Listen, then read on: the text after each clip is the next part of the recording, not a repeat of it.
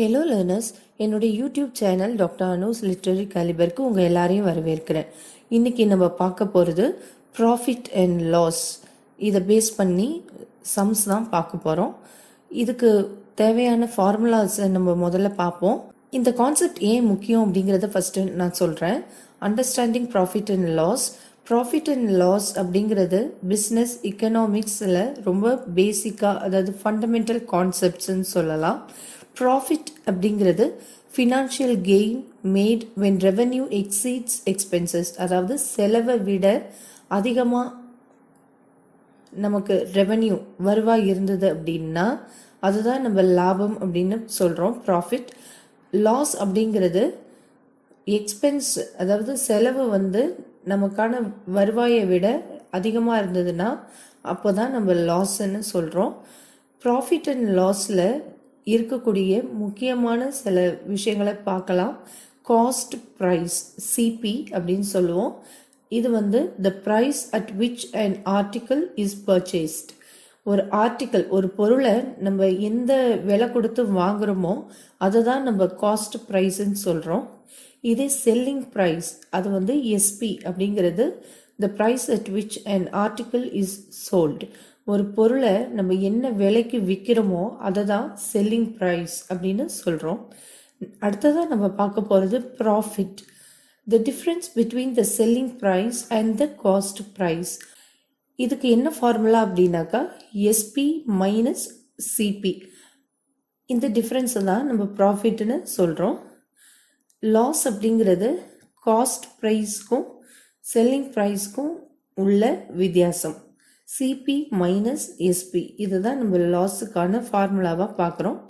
இன்னும் கொஞ்சம் பேசிக் ஃபார்முலாஸ் நம்ம தெரிஞ்சுக்க வேண்டியது இருக்குது. அது என்னென்னு ஒன்று ஒன்றா பார்க்கலாம் வாங்க. ப்ராஃபிட் அப்படிங்கிறது கண்டுபிடிக்கிறதுக்கு selling price minus cost price. Loss கண்டுபிடிக்கிறதுக்கு cost price minus selling price.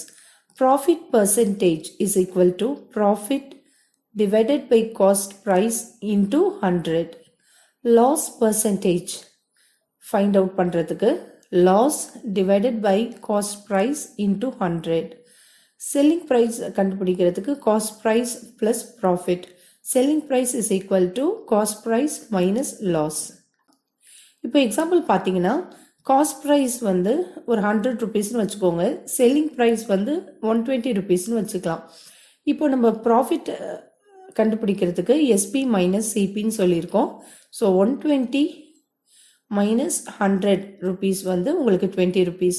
அப்போ ப்ராஃபிட் பர்சன்டேஜ் எப்படி கண்டுபிடிக்கிறது அப்படின்னா 20 டிவைடட் பை 100 இன்டூ 100ன்னு போட்டிங்கன்னா 20% தான் நமக்கு ப்ராஃபிட் பர்சன்டேஜ். இன்னொரு ஒரு எக்ஸாம்பிள் பார்க்கலாம். காஸ்ட் ப்ரைஸ் 200 ருபீஸ்னு வச்சுக்கலாம். செல்லிங் ப்ரைஸ் 180 ருபீஸ்னு வச்சுக்கலாம். இப்போ நம்ம ஃபார்முலா பார்த்தீங்கன்னாக்கா இப்போ நமக்கே தெரியுது காஸ்ட் ப்ரைஸை விட செல்லிங் ப்ரைஸ் உங்களுக்கு கம்மியாக இருக்குது. ஸோ அல்டிமேட்லி நமக்கு அங்கே ப்ராஃபிட் இருக்கிறதுக்கு வாய்ப்பே கிடையாது, லாஸ் தான். Loss is equal to CP minus SP. 200 rupees minus 180 rupees is equal to 20 rupees. இப்போ லாஸ் பர்சன்டேஜ் கண்டுபிடிக்கணும் அப்படின்னாக்கா 20 divided by 200 into 100 is equal to 10%. இது எப்படி வந்தது லாஸ் பர்சன்டேஜ்னு நீங்கள் நினைக்கலாம். நம்ம ஏற்கனவே பார்த்தோம் loss divided by cost price into 100. So இங்கே loss 20 divided by cost price உங்களுக்கு 200 இன்டூ 100. இந்த ஃபார்முலாவை நீங்கள் அப்ளை பண்ணிங்கன்னா உங்களுக்கு லாஸ் பர்சன்டேஜ் கிடைச்சிரும். இப்போ இந்த பேசிக் கான்செப்ட்ஸ் எல்லாம் ஓரளவுக்கு உங்களுக்கு புரிஞ்சிருக்கும்னு நினைக்கிறேன். இப்போ ப்ராஃபிட் அண்ட் லாஸ் சம்ஸ் அப்படின்னாக்கா அதில் single transaction sums, multiple transaction சம்ஸ்ன்னு இருக்குது. சிங்கிள் டிரான்சாக்ஷன் சம்ஸ் அப்படிங்கிறது these involve a single buying and selling transaction. இது மல்டிபிள் டிரான்சாக்ஷன் சம்ஸ் அப்படின்னு பார்த்தீங்கன்னா these involve multiple buying and selling transactions. இப்போ இந்த ப்ராஃபிட் அண்ட் லாஸ் சம்ஸை சால்வ் பண்ணுறதுக்கு சில டிப்ஸ் பார்க்கலாம், ஸ்ட்ராட்டஜிஸ் பார்க்கலாம் வாங்க. Understand the given problem statement clearly. Identify the known values such as cost price, selling price, profit or loss. எந்த unit, எந்த வேல்யூ நமக்கு கொடுத்துருக்காங்களோ அதை பேஸ் பண்ணி தான் நம்ம இல்லாத வேல்யூஸை ஃபைண்ட் அவுட் பண்ணணும். Apply the appropriate formula based on the problem.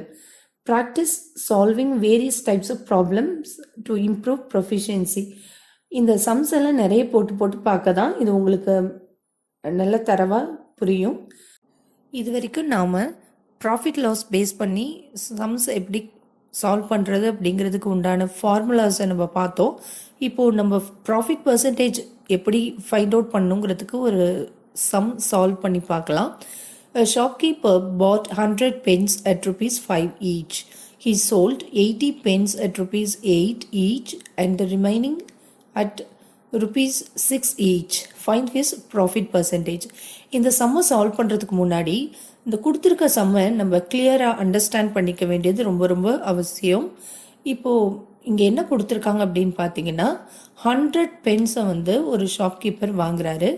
ஒவ்வொரு பேனாவுடைய விலையும் 5 ரூபா. இப்போது இதை இவர் சேல் பண்ணும்போது எப்படி பண்ணுறாருன்னு பார்த்தீங்கன்னா ஒரு 80 பென்ஸ் 80 பேனாக்களை 8 ரூபாய்க்கு விற்கிறாரு.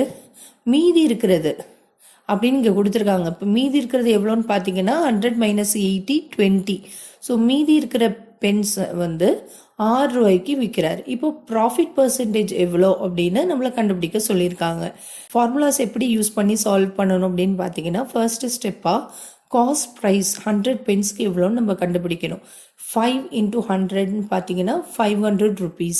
அடுத்து செல்லிங் ப்ரைஸ் பார்த்தீங்கன்னா 80 பென்ஸுக்கு 8 rupeesன்னு விற்கிறாரு. So 80 × 8 640 rupees. அது மாதிரி மீதி இருக்கக்கூடிய 20 பென்ஸுக்கு 6 × 20 120 rupees. So total selling price பார்த்தீங்கன்னா 640 + 120 760 rupees. இப்போ ப்ராஃபிட் எவ்வளோன்னு பார்த்தீங்கன்னா total SP minus total CP. அப்போது 760 - 500 எவ்வளோன்னு பார்த்தீங்கன்னா 260 தான் உங்களுக்கு ப்ராஃபிட். ப்ராஃபிட் பர்சன்டேஜ் இப்போ எப்படி கண்டுபிடிக்கணும் நம்ம ஏற்கனவே பார்த்துருக்கோம். Profit divided by cost price × 100. So ultimately 260 rupees divided by 500 × 100ன்னு போட்டிங்கன்னா உங்களுக்கு 52% ப்ராஃபிட் பர்சன்ட்டாக கிடைக்கும். ஸோ இதுலேருந்து என்ன தெரியுது இந்த சம்லன்னு பார்த்தீங்கன்னா the shopkeeper made profit of rupees 260. அதில் 52% ஆஃப் த காஸ்ட் ப்ரைஸ் அது 500.